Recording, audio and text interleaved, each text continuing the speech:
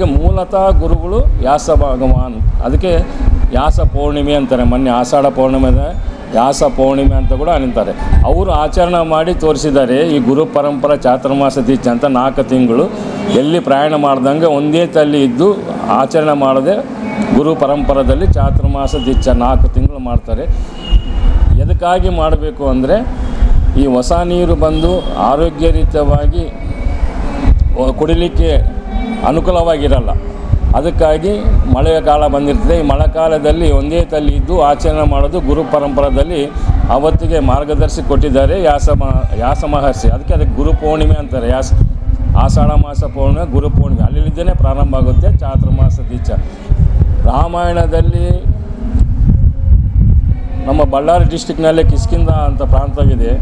ಅಲ್ಲಿ ರಾಮದೇವರು ವಾಲಿ ಸುಗ್ರೀವರಿಗೆ ವೈರವಿರ್ತೈತೆ. ರಾಮದೇವರು ಬಂದು ಅದನ್ನು ಸುಗ್ರೀವಗ ರಾಮಗ ಮೈತ್ರಿಯಾಗಿ ವಾಲಿನ ಸಂಹಾರ ಮಾಡಿ ಆಮ್ಯಾಗ ರಾಮನ ಅವ್ರ ಕಷ್ಟಗಳು ಊರವ್ರ ಕಷ್ಟಗಳು ತಿಳ್ಕೊಂಡ ಮ್ಯಾಗ ಈ ಚಾತುರ್ಮಾಸ ಹುಣ್ಣಿಮೆ ಪ್ರಾರಂಭ ಆಗುತ್ತೆ. ಆವಾಗ ಅವರು 4 ತಿಂಗಳು ಮಾಲ್ಯವಂತ ಪರ್ವತದಲ್ಲೇ ಕುಂತಿರ್ತಾರೆ ರಾಮದೇವರು ಚಾತುರ್ಮಾಸ ಮಾಡ್ಕೊಂತ. ಅದಾದ್ಮ್ಯಾಗ ಮತ್ತೆ ಸೀತಾದೇವಿನ ಹುಡುಕಲಿಕ್ಕೆ ಎಲ್ಲ ಕಡೆ ಸುಗ್ರೀವನ ಕಳಿಸಿ ಮಾತಾಡಿ ಎಲ್ಲ ಕಡೆ ಕಳಿಸ್ತಾರೆ. ಸುಗ್ರೀವ, ಲಕ್ಷ್ಮಣ, ರಾಮ ಎಲ್ಲ ಕುಂತು ತೀರ್ಮಾನ ಮಾಡಿ 4 ಕಡೆಗೆ ವಾನರಸೈನ್ಯ ಕಲಿತು ಮತ್ತು ಸೀತಮ್ಮನ ಹುಡುಕಲಿಕ್ಕೆ ಪ್ರಾರಂಭ ಆಗುತ್ತೆ. ಆ 4 ತಿಂಗಳು ಚಾತುರ್ಮಾಸ ರಾಮದೇವರು ಇಲ್ಲಿ ನಮ್ಮ ಬಳ್ಳಾರಿ ಡಿಸ್ಟಿಕ್ನಲ್ಲೇ ಕಿಷ್ಕಿಂಧದಲ್ಲಿ ಮಾಲ್ಯವಂತ ಪರ್ವತದಲ್ಲೇ ಮಾಡಿದ್ದಾರೆ. ಈಗೂ ಅಲ್ಲಿ ಗುರುತು ಏನಂದರೆ ರಾಮದೇವರು ನಾವೆಲ್ಲ ನೋಡಿ ನಿಂತಿರ್ತಾರೆ, ಅಲ್ಲಿ ನಿಂತಿರಲ್ಲ, ಪದ್ಮಾಸನ ಹಾಕ್ಕೊಂಡು ಕುಂತಿರ್ತಾರೆ. ಅಲ್ಲಿ ಚಾತುರ್ಮಾಸ ಮಾಡ್ಯಾರಂಥ ಪ್ರಮಾಣ ಇದೆ ನಮಗೆ. ಇವತ್ತಿಗೂ ನಾವೆಲ್ಲರೂ ಹೋಗಿ ಅಲ್ಲಿ ನೋಡ್ಬೋದು, ಪ್ರಮಾಣವಿದೆ. ಆ ಪ್ರಮಾಣ ಅವತ್ತಿಗೂ ಇವತ್ತಿಗೂ ನಮ್ಮ ಗುರು ಪರಂಪರದಲ್ಲಿ ಅದು ನಡ್ಕೊಂತಲೇ ಬಂದಿದೆ ಈ ಚಾತುರ್ಮಾಸ ದೀಕ್ಷೆ ಅಂತೇಳಿ. ಆ ಗುರು ಪರಂಪರೆ ಅವ್ರ ಶಿಷ್ಯರು ಮಕ್ಕಳು ಏನಿರ್ತಾರೆ ಅವರು ಕೂಡ ಇದನ್ನು ಆಚರಣೆ ಮಾಡ್ಕೊತು ಗುರು ಸೇವೆ ಮಾಡ್ಕೊತು 4 ತಿಂಗಳು ಗುರು ಅನುಗ್ರಹ ಪಡಲಿಕ್ಕೆ ಇದು ಒಳ್ಳೆಯ ಅವಕಾಶ ಮಾತು.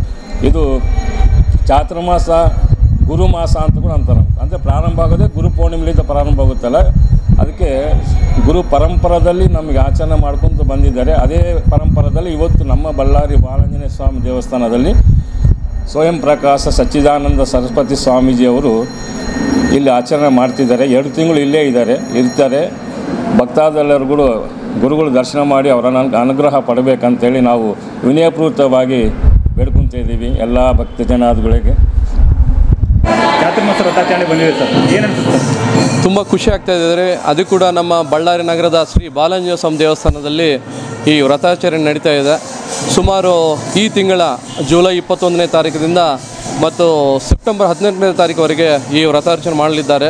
ನಮ್ಮ ಶ್ರೀ ಸ್ವಯಂ ಪ್ರಕಾಶ ಸಚ್ಚಿದಾನಂದ ಸ್ವಾಮಿ ಸರಸ್ವತಿ ಮಹಾಸ್ವಾಮಿಗಳವರ ಆಧ್ವರ್ಯದಲ್ಲಿ ಈ ಮಹಾವ್ರತ ಆಚರಣೆ ಮಾಡ್ತಾ ಇದ್ದಾರೆ.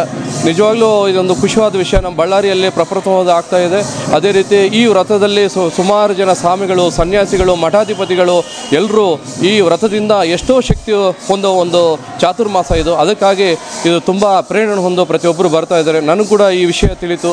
ಇವತ್ತಿನ ದಿನ ನಮ್ಮ ಸ್ವಯಂ ಪ್ರಕಾಶಿತ ಸಚ್ಚಿದಾನಂದ ಸ್ವಾಮಿ ಅವರ ಆಶೀರ್ವಾದ ಹೊಂದಿ ಇವತ್ತಿನ ದಿನ ತುಂಬ ಖುಷಿ ಆಗ್ತಾ ಇದ್ದಾರೆ. ಅದು ಕೂಡ ನಮ್ಮ ಬಳ್ಳಾರಿಯಲ್ಲಿ ನಮ್ಮ ಬಳ್ಳಾರಿ ಬಾಲಾಜಿ ಸ್ವಾಮಿ ದೇವಸ್ಥಾನದಲ್ಲಿ ಈ ಕಾರ್ಯಕ್ರಮ ಆಗ್ತಾ ಇರೋದು ತುಂಬ ಖುಷಿ ಆಗ್ತಾ ಇದೆ. ಏನು ಹೇಳಕ್ಕೆ ಬರ್ತದೆ ಸರ್ ಸಾರ್ವಜನಿಕರಿಗೆ? ಅಂದರೆ ಈಗ ಪ್ರತಿಯೊಬ್ಬರಿಗೂ ಬೆಳಗ್ಗೆ ಎದ್ದರೆ ಕೆಲಸಗಳಿರುತ್ತೆ, ಕುಟುಂಬ ವ್ಯವಹಾರ ಪ್ರತಿಯೊಂದು ಇರುತ್ತೆ. ಆದರೂ ಕೂಡ ಅದರಲ್ಲಿ ಕೂಡ ನಾವು ಒಂದು 5-10 ನಿಮಿಷ ತಗೊಂಡು ಒಂದು ಭಗವಂತನ ಸೇವೆಯಲ್ಲಿ ಇದ್ದರೆ ಮಾತ್ರ ನಮಗೆ ಮೋಕ್ಷ ಸಿಗೋದು. ಅದಕ್ಕಾಗಿ ಜನಗಳನ್ನು ನಾನು ಒಂದೇ ಹೇಳ್ತೀನಿ, ದಯವಿಟ್ಟು ಈ 3 ತಿಂಗಳಲ್ಲಿ ಒಂದು ಸಾರಾದರೂ ತಾವು ದರ್ಶನ ಮಾಡಿಕೊಂಡು ನೀವು ಪಾವನರಾಗಬೇಕಾಗಿ ನನ್ನಿಂದ ನಿಮ್ಮ ಚಾನಲ್ಗಳಿಂದ ಮೂಲಕ ನಾನು ಇವತ್ತು ವಿನಂತಿ ಮಾಡ್ಕೊಳ್ತಾ ಇದ್ದೇನೆ. ಇನ್ನು 3 ತಿಂಗಳು ನಡೆಯುತ್ತೆ. ಸೆಪ್ಟೆಂಬರ್ 18ನೇ ತಾರೀಕುವರೆಗೆ ಈ ಕಾರ್ಯಕ್ರಮ ನಡೆಯುತ್ತೆ. ಅದಕ್ಕಾಗಿ ಪ್ರತಿಯೊಬ್ಬರು ಬಳ್ಳಾರಿ ನಗರದಲ್ಲಿರೋ ಎಲ್ಲರೂ ಸುತ್ತಮುತ್ತಲಿನ ಪ್ರಜೆಗಳೆಲ್ಲ ಬಂದು ಈ ವ್ರತದಲ್ಲಿ ಪಾಲ್ಗೊಂಡು ಆಶೀರ್ವಚನೆ ತಗೋಬೇಕಾಗಿ ವಿನಂತಿ ಮಾಡ್ಕೊಳ್ತಾ ಇದ್ದೇನೆ. ಬಳ್ಳಾರಿಯ ನಿರಂತರ ಸುದ್ದಿಗಾಗಿ ಬಳ್ಳಾರಿ ಬೆಳಗಾಯಿತು ಚಾನೆಲ್ನ ಸಬ್ಸ್ಕ್ರೈಬ್ ಮಾಡಿ ಹಾಗೂ ಬೆಲ್ ಐಕಾನ್ ಒತ್ತಿ.